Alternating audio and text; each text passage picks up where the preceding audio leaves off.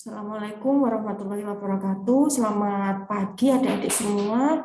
Selamat datang di perkuliahan semester genap pada prodi D3TLM angkatan 2021. Selamat sudah memasuki di semester genap dengan mata kuliah Komunikasi, Promkes, dan Epidemiologi.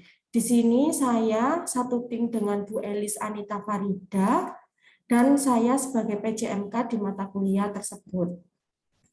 Nah, sebelum memasuki perkuliahan, saya akan menjelaskan tentang kontrak perkuliahan dari mata kuliah tersebut, yaitu di sini yang pertama ada identitas mata kuliah, program studi D3TLM, mata kuliahnya adalah Komunikasi, Promkes, dan Epidemiologi, SKS-nya 1 SKS teori, dan di sini diampu oleh mahasiswa semester 2, dosen pengampunya saya dan Bu Elis Anita. Yang kedua, manfaat mata kuliah ini adalah memahami konsep-konsep dasar promosi kesehatan, ilmu komunikasi, dan epidemiologi. Deskripsi mata kuliah ini dirancang untuk dapat memberikan fasilitas kepada mahasiswa guna memperoleh pengetahuan dan wawasan tentang promosi kesehatan, ilmu komunikasi, dan epidemiologi, serta fungsi dan peranannya dalam masyarakat. Beberapa metode, teori, dan konsep dasar promosi kesehatan, ilmu komunikasi, dan epidemiologi akan dibahas dalam mata kuliah ini. Secara umum, materi yang dicakup meliputi struktur promosi kesehatan, ilmu komunikasi, dan epidemiologi. Dengan menyelesaikan mata kuliah ini, diharapkan mahasiswa akan mampu untuk menerapkan teori, konsep, dan teknik maupun metode yang ada di dalam promosi kesehatan, ilmu komunikasi, dan epidemiologi, serta mampu melaksanakan sesuai kaidah ilmu kesehatan, kesehatan lingkungan, juga mengamalkan secara mandiri dan bertanggung jawab. Yang keempat, capaian pembelajaran kemampuan akhir yang direncanakan. Capaian pembelajaran di sini adalah setelah mengikuti perkuliahan mahasiswa akan dapat memahami dan menjelaskan tentang promosi kesehatan, ilmu komunikasi, dan epidemiologi, serta mengaplikasikan ke masyarakat dan pasien dalam melaksanakan sesuai kaidah ilmu kesehatan, serta mengamalkan secara mandiri dan bertanggung jawab. Di sini dalam satu semester perkuliahannya adalah 14 pertemuan, jadi ada UTS dan UAS. Nah, di sini pertemuan pertama, kemampuan yang akhir direncanakan adalah mahasiswa mampu memahami kontrak perkuliahan dan mahasiswa memahami pengantar serta pendahuluan komunikasi, promkes, dan epidemiologi. Indikatornya yaitu yang pertama menjelaskan definisi komunikasi, dasar-dasar komunikasi, definisi promosi kesehatan, dasar-dasar promosi kesehatan, definisi epidemiologi, dan dasar-dasar epidemiologi. Pertemuan kedua, mahasiswa mampu memahami tentang ruang lingkup komunikasi, yaitu indikatornya menjelaskan ruang lingkup komunikasi, tujuan komunikasi, metode komunikasi, teknik komunikasi, dan karakteristik komunikasi kesehatan. Pertemuan ketiga, mahasiswa mampu memahami komunikasi kesehatan dalam layanan kesehatan. Indikatornya menjelaskan komunikasi kesehatan pada pasien, pada masyarakat, dan pada kelompok risiko. Pertemuan keempat, mahasiswa mampu memahami perilaku pasien, kelompok risiko atau masyarakat. Jadi di sini menjelaskan definisi perilaku kesehatan, model perilaku kesehatan, serta perilaku pasien atau masyarakat. Pertemuan kelima menjelaskan tentang konsep promosi kesehatan, yaitu menjelaskan definisi konsep promosi kesehatan, menjelaskan visi dan misi promosi kesehatan, strategi promosi kesehatan, sasaran promosi kesehatan, serta ruang lingkup promosi kesehatan. Di pertemuan keenam yaitu mahasiswa mampu menjelaskan etika promosi kesehatan, menjelaskan pengertian etika dalam promosi kesehatan, prinsip etika dalam promosi kesehatan, serta pendekatan promosi kesehatan. Pertemuan ketujuh menjelaskan metode dan media promosi kesehatan. Pertemuan ke-8 menjelaskan peran teknologi lab medis dalam promosi kesehatan. pertemuan 9 kita sudah memasuki tentang topik epidemiologi, jadi memahami tentang konsep epidemiologi yang nantinya indikatornya pengertian dan definisi epidemiologi, tujuan dan manfaat epidemiologi, ruang lingkup epidemiologi dan prinsip-prinsip epidemiologi dan macam-macamnya. Pertemuan ke-10, mahasiswa mampu memahami konsep dasar timbulnya penyakit. Jadi kita akan belajar tentang konsep sehat sakit dan pengertian dari host, agent, dan hubungan host agent serta lingkungan. Pertemuan ke-11, mahasiswa mampu menjelaskan epidemiologi penyakit menular dan tidak menular. Jadi di sini menjelaskan pengertian penyakit menular dan tidak menular, epidemiologinya, serta menjelaskan penyakit menular dan tidak menular secara seksual. Pertemuan ke-12 menjelaskan tentang studi deskriptif, analitik, dan eksperimen. Jadi menjelaskan definisi studi deskriptif, analitik, dan eksperimen, dan serta macam-macam jenis analitiknya dan eksperimen dalam analis kesehatan. Pertemuan ke-13, mahasiswa mampu menjelaskan ukuran-ukuran morbiditas dan mortalitas epidemiologi. Nah, di sini indikatornya adalah menjelaskan insiden, prevalensi, angka serangan dari CDR, IMR, serta MMR. Pertemuan terakhir, kita akan menjelaskan tentang surveillance penyakit dan kejadian luar biasa. Di sini menjelaskan pengertian tentang surveillance penyakit, menjelaskan kegiatan surveillance, menjelaskan komponen, serta pengertian kejadian luar biasa. Nah, di sini adik-adik juga harus membaca baik dari referensi buku atau jurnal atau materi yang nantinya sebagai acuan dalam mata kuliah ini. Nah, ini saya ambil dari buku juga.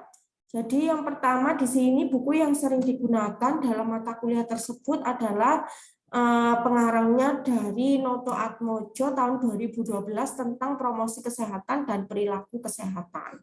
Nah, ini bisa dipinjam di perpustakaan supaya menjadi referensi dalam mata kuliah tersebut. Selanjutnya kita membahas tentang strategi perkuliahan. Jadi perkuliahan ini kita ada seperti ceramah, tanya jawab, diskusi, dan pembuatan peta konsep. Serta di sini pada awal perkuliahan dosen memberikan sejumlah pendahuluan berupa fenomena atau kasus dalam kehidupan sehari-hari. Pada strategi diskusi itu, studi kasus dan pemecahan masalah, mahasiswa dituntut untuk aktif mencari informasi dari berbagai sumber. Setelah itu, mengaitkan dengan konsep-konsep yang telah dipaparkan di dalam perkuliahan. Pada perkuliahan, di akhir semester akan diberikan review untuk persiapan ujian akhir semester. Tugas-tugasnya ada tugas individu, kelompok, review jurnal ilmiah, dan presentasi. Di sini penilaian dan kriteria penilaiannya, yang pertama ada kehadiran. Kehadiran ini dinilai 10% proporsinya, tugasnya 20%, kuisnya 10%, UTS 30%, dan UAS 30%. Nah, dalam keaktifan dan sikap yang dinilai di sini adalah aktif dalam perkuliahan dan diskusi, tertib dalam menyelesaikan tugas, sopan santun, serta mengerjakan tugas tepat waktu dan beretika. Nah, ini sudah kami bagi untuk tugas-tugasnya, nanti bisa dipahami di kontrak perkuliahan. Jadi ada tugas menjelaskan komunikasi, menjelaskan etika dalam promosi kesehatan.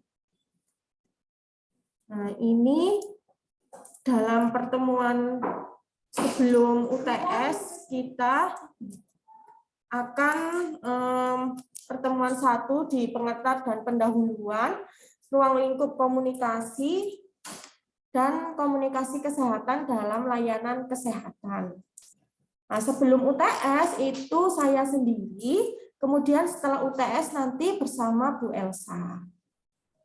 Oke, sekian dari paparan saya untuk kontrak perkuliahan, komunikasi, promkes, dan epidemiologi. Setelah saya lanjut tentang ini, pendahuluan, serta yang kedua adalah tentang ruang lingkup konsep kesehatan.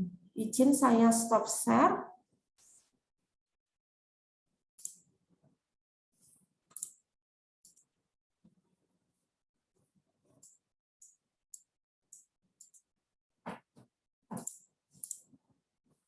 Oke, di sini pengantar komunikasi, promkes, dan epidemiologi. Kemampuan akhir yang direncanakan, mahasiswa memahami pengantar dan pendahuluan komunikasi, promkes, dan epidemiologi. Indikatornya adalah menjelaskan definisi komunikasi, dasar-dasar komunikasi, definisi promkes, dasar-dasarnya, definisi epidemiologi, dan dasar-dasar epidemiologi. Jadi di sini peran penting dalam tenaga kesehatan juga harus pandai untuk berkomunikasi karena nanti akan bekerja berhadapan dengan pasien. Jadi di sini komunikasi itu adalah studi yang mempelajari bagaimana cara menggunakan strategi komunikasi untuk menyebarluaskan informasi kesehatan yang dapat mempengaruhi individu dan komunitas agar mendapatkan keputusan yang tepat berkaitan dengan pengelolaan kesehatan. Dasar-dasar komunikasi kesehatan di sini adalah yang pertama kita harus berani dalam berkomunikasi secara persuasif dan komunikasi yang berdampak pada perubahan perilaku kesehatan. Yang kedua, faktor-faktor psikologis individual yang mempengaruhi persepsi terhadap kesehatan. Yang ketiga ada pendidikan kesehatan, dan yang keempat menyebarkan informasi kesehatan melalui media seperti media sosial, kemudian website atau pendidikan, atau di sini kita biasanya melihat berita atau opini. Yang kelima advokasi adalah pendampingan melalui komunitas atau kelompok untuk media massanya.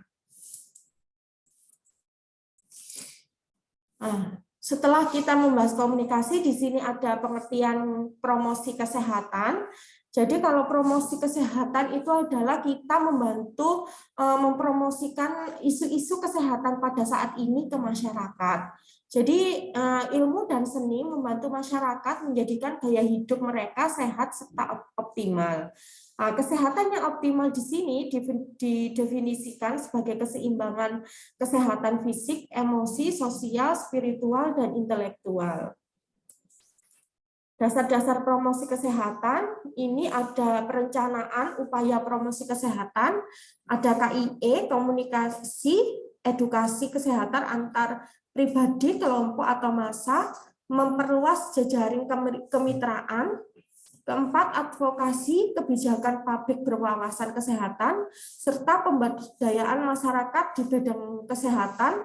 Ada humas juga, humas ini hubungan masyarakat untuk bisa mempromosikan ke sekitar, dan mediasi serta monitoring dan evaluasi upaya promosi kesehatan. Selanjutnya kita membahas tentang epidemiologi.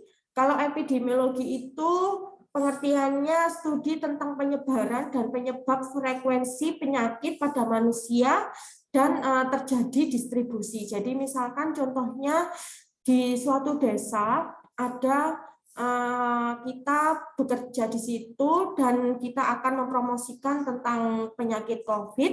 Nah, dari penyakit COVID itu nanti akan mengetahui bagaimana distribusinya di desa tersebut, berapa persen yang terdampak penyakit COVID.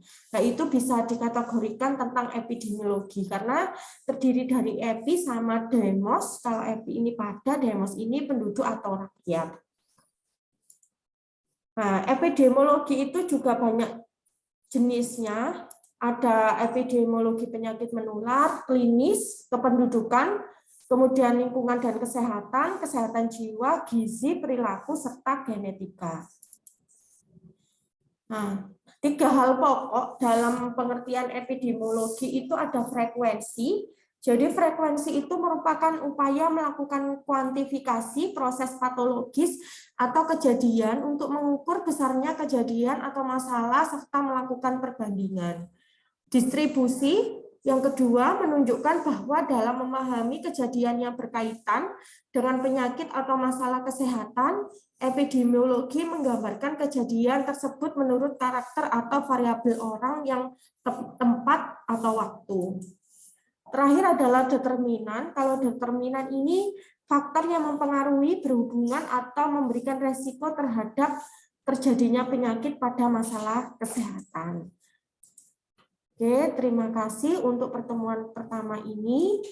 Saya stop share. Kita lanjut di pertemuan kedua tentang ruang lingkup komunikasi kesehatan.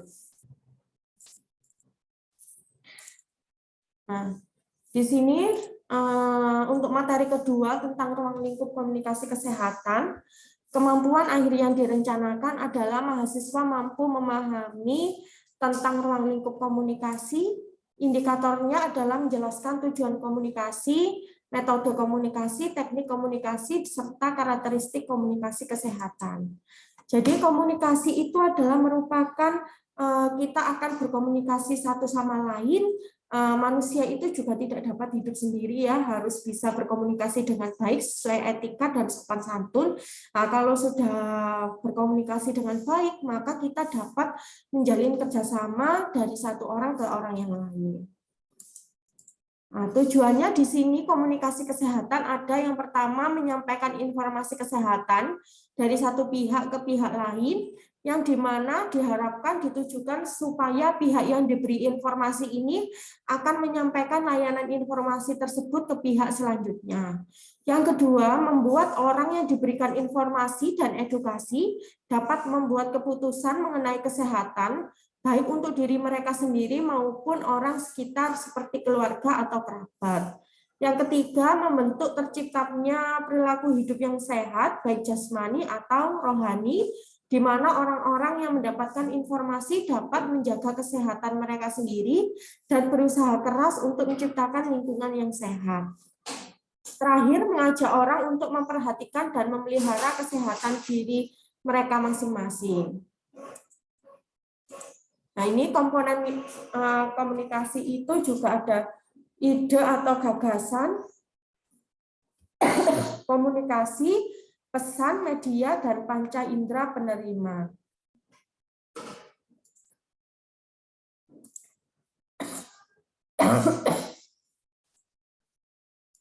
Faktor komunikasi, kita akan itu berkomunikasi kepada siapa, kita akan memberikan pesan apa di dalam suatu lingkup komunikasi tersebut, medianya menggunakan apa, dan tempatnya di mana, serta situasinya bagaimana.